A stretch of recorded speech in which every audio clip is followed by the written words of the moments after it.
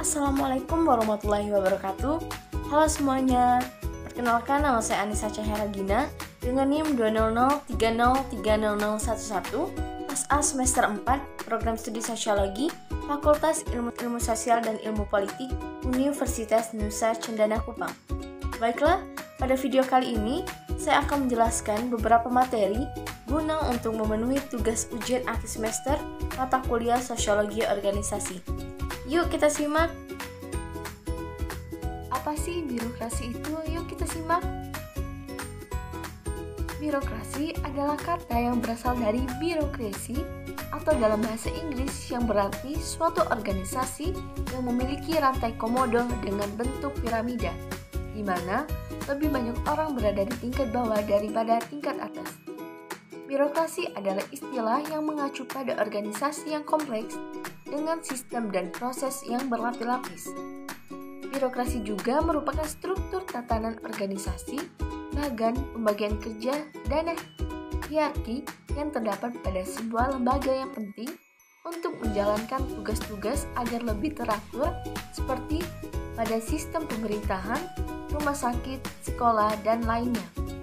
Birokrasi juga merupakan sebuah mesin sistem pemerintahan yang menjalankan fungsi pemerintah sebagai penasihat dan pelaksanaan sebuah kebijakan. 7 tipe ideal birokrasi menurut Max Weber. Yang pertama, yaitu prinsip pembagian kerja. Dengan adanya prinsip pembagian kerja yang jelas, maka pelaksanaan pekerjaan dilakukan oleh tenaga-tenaga spesialisasi dalam setiap jabatan sehingga pekerjaan dapat dilaksanakan dengan tanggung jawab yang penuh dan efektif.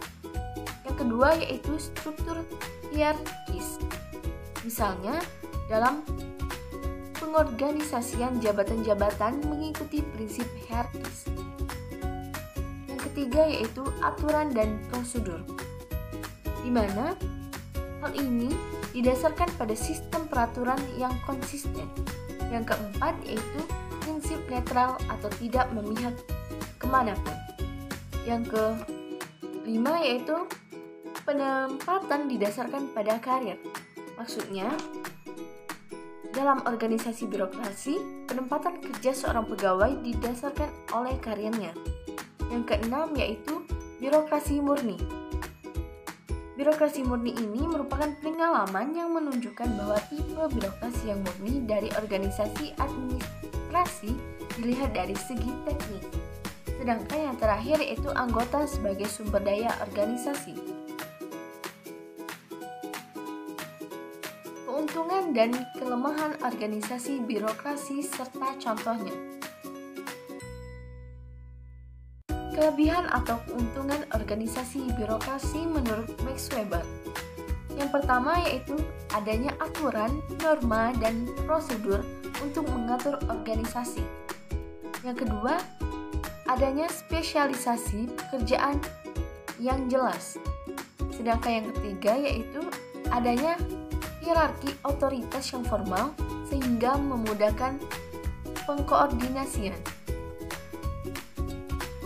Kelemahan organisasi birokrasi yaitu hierarki otoritas yang formal cenderung kaku. Yang kedua, aturan dan kontrol yang terlalu rinci menyebabkan atau melupakan unsur-unsur kemanusiaan, di mana dengan demikian organisasi akan mempunyai pedoman dalam menjalankan tugas-tugasnya. Contohnya, dalam birokrasi pada organisasi publik atau pemerintahan daerah yang tumpang tindihnya peraturan pemerintah pusat dan daerah serta adanya peraturan daerah yang menghambat investasi.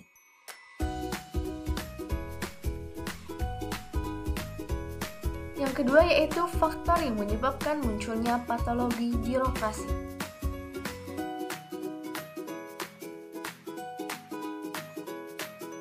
Pertama, hal ini dikarenakan hubungan antara variabel pada struktur birokrasi yang terlalu berlebihan seperti rantai hierarki panjang, spesialisasi, formalisasi, dan kinerja birokrasi yang tidak linier. Yang kedua, pengaburan masalah, di mana hal ini merupakan kenyataan bahwa dalam kehidupan manusia atau kehidupan setiap organisasi pasti akan selalu timbul berbagai permasalahan yang menyebabkan beraneka ragam, karena itu sifat dan bentuknya pun berbeda-beda. Yang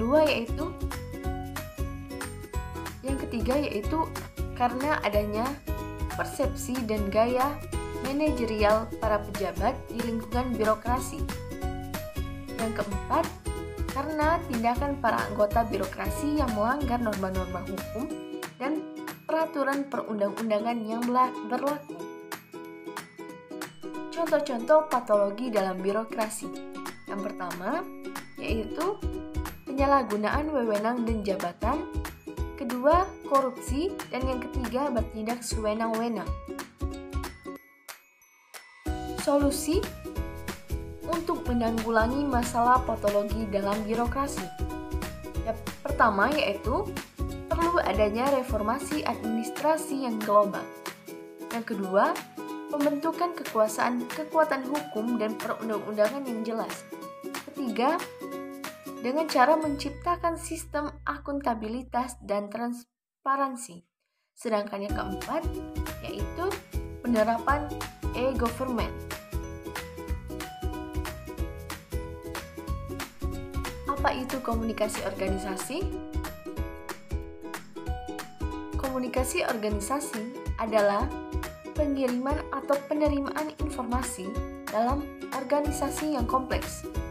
Komunikasi organisasi berfungsi tumbuh terhubung dengan pemangku kepentingan juga kontribusi pada masyarakat, di mana pada dasarnya komunikasi organisasi ini bisa bersifat formal maupun informal.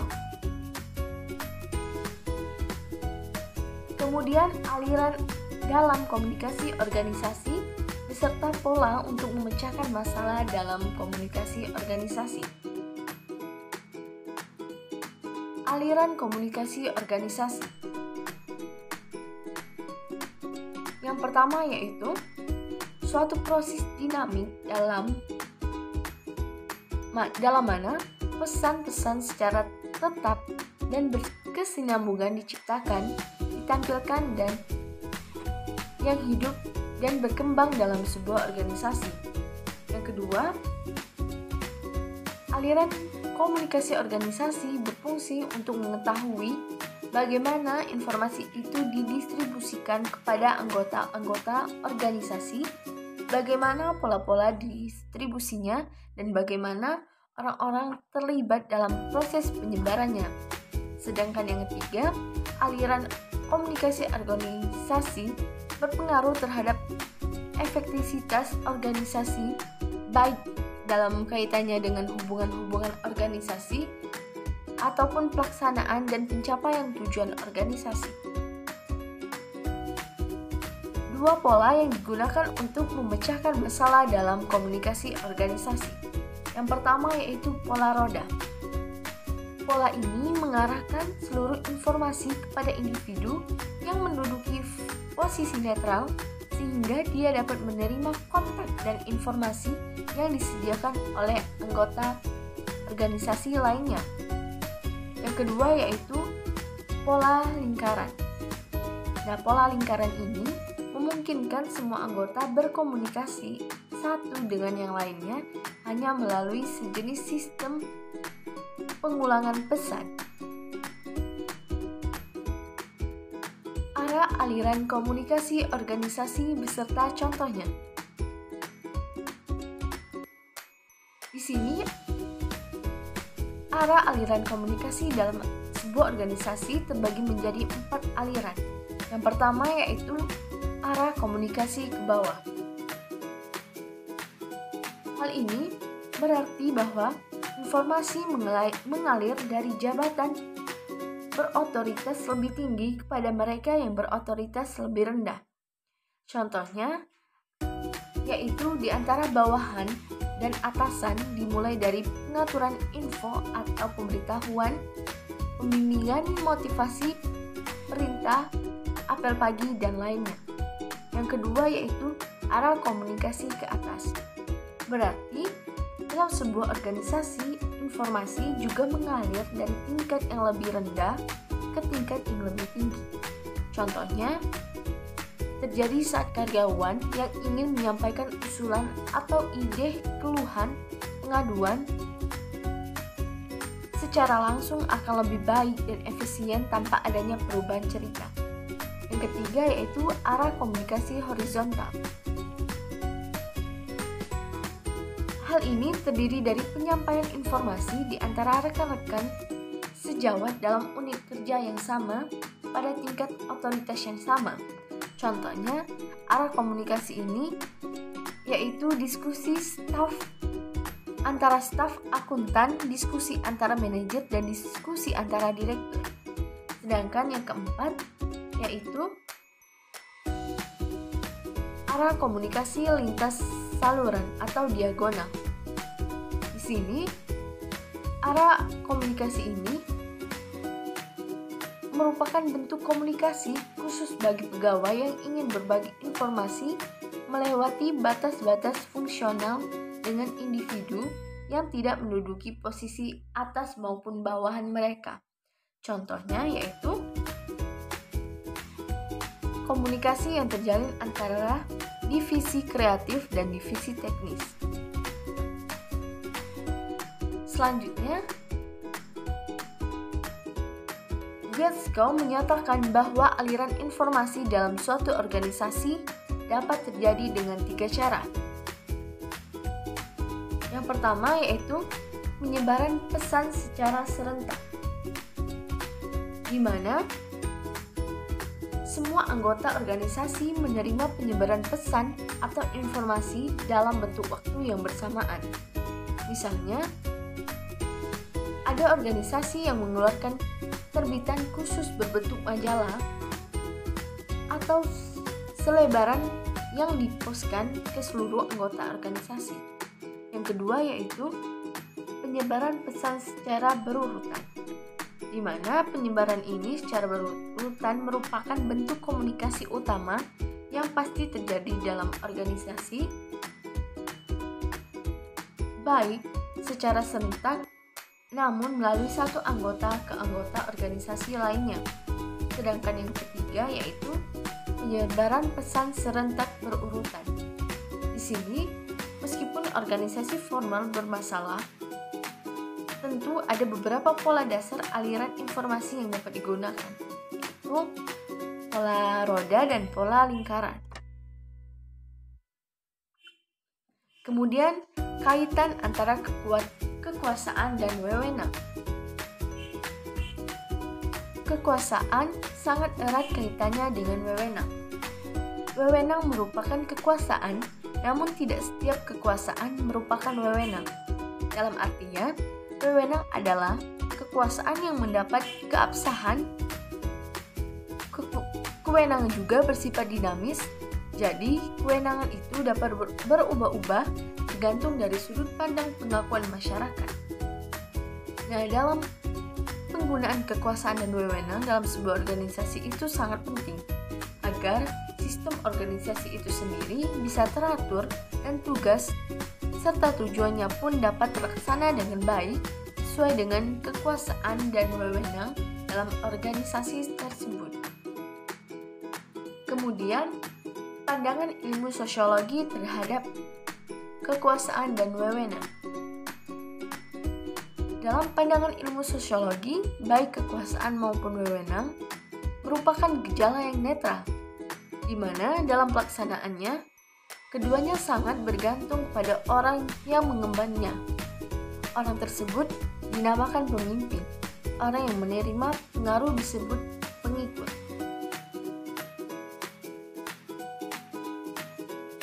Akibat pemimpin terlalu lama memegang kekuasaan. Seorang pemimpin, pemegang kekuasaan yang terlalu lama bisa berpengaruh tidak baik atau bisa merusak organisasinya. Di mana menurut penelitian dari Temple University diungkapkan bahwa terlalu lama memegang kekuasaan itu tidak baik, dikarenakan pada umumnya jika seorang atasan bertahan memegang kekuasaan di atas 3 tahun, maka akibatnya mereka tidak lagi berproduktif dalam memegang suatu kekuasaan yang mereka jalani. 3 macam wewenang yang dikemukakan oleh Max Weber. Yang pertama yaitu wewenang karismatik. Wewenang ini didasarkan pada karisma, yaitu kemampuan khusus yang dimiliki oleh seseorang. Wewenang karismatik ini juga biasanya dianugerahkan oleh Tuhan dan biasanya orang atau masyarakat di sekitarnya mengakuinya atas dasar kepercayaan. Kemudian, wewenang tradisional.